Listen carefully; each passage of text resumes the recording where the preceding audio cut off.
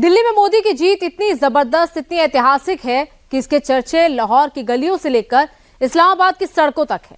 लाहौर के जिन्ना बाग में घूमने आने वाले हों या इस्लामाबाद की फूड स्ट्रीट पर जमा हुए खाने के शैदाई, सबकी जुबानों पर यही चर्चा है कि मोदी ने दिल्ली जीतने का कमाल कैसे किया। नरेंद्र मोदी इस जन्म में तो दिल्ली में इलेक्शन जीत नहीं सकते। अगर नरेंद्र मोदी को दिल्ली में इलेक्शन जीतने हैं तो उन्हें दूसरा जन्म लेकर आना होगा। ये कहना था आम आदमी पार्टी का, लेकिन इंडिया के प्राइम मिनिस्टर नरेंद्र मोदी ने दिल्ली में इलेक्शन जीतकर न सिर्फ आम आदमी पार्टी को हैरान और परेशान कर दिया है, बल्कि पूरी दुनिया को हिलाकर रख दिया है।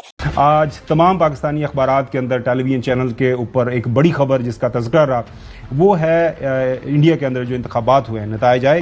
बीजेपी दोबारा इलेक्शन जीत चुकी है। भारतीय जनता पार्टी ने अपनी जीत दर्ज कर ली है। उसकी वजह यह है कि नरेंद्र मोदी साहब जो नाकाबिले शिकस्त समझे जा रहे हैं और इंडिया के प्राइम मिनिस्टर नरेंद्र मोदी साहब को मुबारकबाद। पैसा, power, press, none of this matters. People's power is what matters. People's power अपना काम दिखा देती है। तो जालिमों, मोदी आ गया है। इंडिया के अंदर जो आज बीजेपी ने जो विन की, इतनी बड़ी उन्होंने दिल्ली के अंदर वो इलेक्शन विन किया है, उसके अंदर सबसे बड़ा किरदार किसका है? जमहूरियत का है, डेमोक्रेसी का। मोदी है तो मुमकिन है।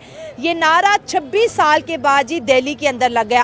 2013 से दिल्ली के अंदर आम आदमी पार्टी की हुकूमत थी। पिछले साल तक कोई ये सोच भी नहीं सकता था कि बीजेपी इतनी भारी एक्सपीरियंस के साथ जो है दिल्ली में होने वाली इलेक्शन जीत जाएगी। इंडिया के प्राइम मिनिस्टर नरेंद्र मोदी की कामयाबी की क्या वजह है? क्या वजह है कि वो हर इलेक्शन जीत जाते हैं? कमाल की बात है भाई, मोदी जी यहाँ दिल्ली की इलेक्शन जीत गए और बाजू में हमारे पड़ोसी पाकिस्तानियों में भाई पटाखे फोड़ रहे हैं। कांग्रेस और आम आदमी पार्टी केजरीवाल ये रो रहे हैं, हार गए, समझ में आता है। लेकिन ये मुझे समझ में नहीं आते उनसे ज़्यादा कुछ पाकिस्तानी क्यों रो रहे भाई। ऐसा लग रहा है कहीं वही लोग तो आगे वोट नहीं कर रहे थे। हाँ, और दूसरी बात, एक चीज़ आज हम और डिस्कस करेंगे, बहुत इंपॉर्टेंट चीज़, जो कि बोला जाता है हमारे देश में कि बीजेपी एंटी मुस्लिम है, मुस्लिम वालों के खिलाफ है। आज के वीडियो के जो आखिरी पार्ट है उसमें हम ये डिस्कस करेंगे और देखेंगे आम मुसलमान भारत का वो बीजेपी को आजकल क्यों वोट कर रहा है और उनके अंदर ये बदलाव क्यों आया है। बहुत ही जरूरी इंपॉर्टेंट पार्ट है, आप जरूर देखिएगा। दिल्ली में केजरीवाल की हार और बीजेपी की जीत के बाद पाकिस्तान में हल्ला मच गया है। केजरीवाल के वो सारे बयान इस्लामाबाद, रावलपिंडी, कराची और लाहौर में दोहराए जा रहे हैं जिनमें दिल्ली में आम आदमी पार्टी का हारना उन्होंने असंभव कहा था। तो आप हमको नहीं हरा सकते दिल्ली के अंदर आम आदमी पार्टी। कांग्रेस का जो अध्यक्ष है वो भी हिंदू है, समाजवादी का जो अध्यक्ष है वो भी हिंदू है, आम आदमी पार्टी का जो अध्यक्ष है वो भी हिंदू है, बीजेपी पार्टी का अध्यक्ष भी हिंदू है, तो हमारे लिए तो सब बराबर है। सबसे बड़ी डेमोक्रेसी का चेहरा हो, मैं मोदी साहब की बात कर रहा हूँ। बीजेपी जो है ना वो एक कहते थे डबल इंजन की सरकार, ठीक है जी। सो ये वो समझते हैं कि अब डबल इंजन हमारे पास है, ठीक है जी, और कि मरकज भी आपके पास है, हर जगह सेंटर भी आपके पास है, दिल्ली भी आपके पास है, बाकी भी आपके पास है। केजरीवाल का धड़न तख्ता आप हो गई साफ। दिल्ली में हारी तो कांग्रेस भी है, लेकिन पाकिस्तान में केजरीवाल की हार पर इतनी चर्चा क्यों हो रही है? तो लोग जानते हैं कि अगर आप अवाम से खेलेंगे तो फिर अवाम जो है वो आपसे खेल जाएगी। उसने कहा था इंडिया की स्ट्रेंथ जो है उसकी डाइवर्सिटी में है, उधर मुख्तलिफ किस्म की कौमें रहती हैं और वो एक पूरा बुके फ्लावर का बनता है जिसके साथ हम इंडिया है। और इस इलेक्शन में भी आंकड़े आ रहे हैं कि 11% मुसलमान वोट कर रहे हैं दिल्ली में। अरविंद केजरीवाल हर चीज जो है दिल्ली में मुफ्त है, मुफ्त है, मुफ्त है, मुफ्त है। अवाम को मुफ्ता नहीं चाहिए। तो अभी तक आपने देखे हमारे पड़ोस मुल्क पाकिस्तान और वहाँ का आम पब्लिक का क्या रिएक्शन है मोदी जी के दिल्ली जीतने के ऊपर, अच्छा बुरा दोनों साइड पे। अब हम चर्चा करेंगे और देखेंगे जो मेन मुद्दा है कि जो बोला जाता है कि बीजेपी एंटी मुस्लिम है और मुसलमान बीजेपी को छोड़ के कांग्रेस और आम आदमी पार्टी को ही वोट देना है। ऐसा तो कोई ज़रूरी नहीं है, ये मैं नहीं बताऊंगा, आपको दिखाऊंगा अभी अगले चंद मिनट सेकंड का वीडियो है, ज़रूर इस पार्ट को देख के जाइए भाई। बहुत बड़े जनाब है, काफ़ी बड़े ओहदे पे बैठे हुए हैं, पढ़े लिखे सुलझे हुए इंसान हैं। उनके जवानी और उनके मुंह से हम सुनेंगे बीजेपी के बारे में और बाकी पार्टियों के बारे में, और जानेंगे ये कि मुस्लिम के अंदर ये बदलाव क्यों आया है भाई। पाकिस्तान में और कई जगह पर एक इम्प्रेशन ये है कि बीजेपी जो है वो एंटी मुस्लिम जमात है, साथ आरएसएस के बारे में भी बात की जाती है और कहा जाता है कि इंतहा पसंद तंजीम है और मुसलमानों पे बड़ा जुल्म करती है। एकाएक आपने कैसे पलटा खाया और आपने अचानक से बीजेपी को वोट दे दिया, हुआ क्या है? नहीं देखिए, वोट देना इसको पलटा खाना नहीं कह सकते आप।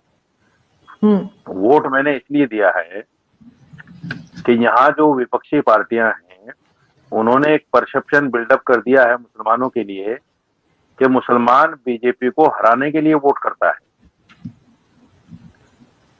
और एक और परसेप्शन ये है मुसलमानों के लिए कि मुसलमान कांग्रेस, आम आदमी पार्टी और समाजवादी को छोड़कर कहीं नहीं जा सकता।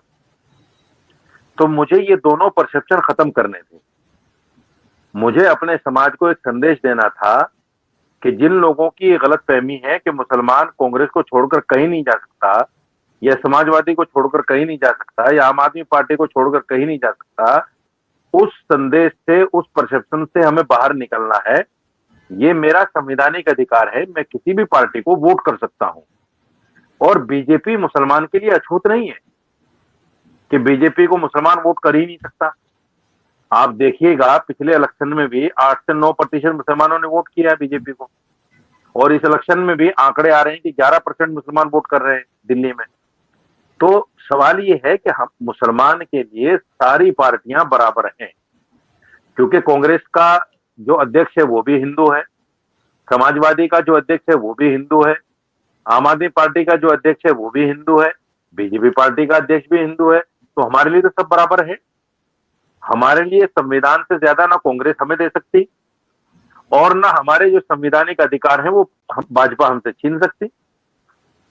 तो फिर हम इस डर में, इस भय में क्यों जिए कि साहब बीजेपी आ जाएगी तो हमारा वोट राइट भी छीन लेगी या हमें हिंदुस्तान से निकाल देगी।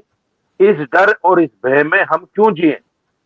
मुसलमान हिंदुस्तान में बाय चॉइस रहा है, हमारे लिए कोई मजबूरी नहीं थी।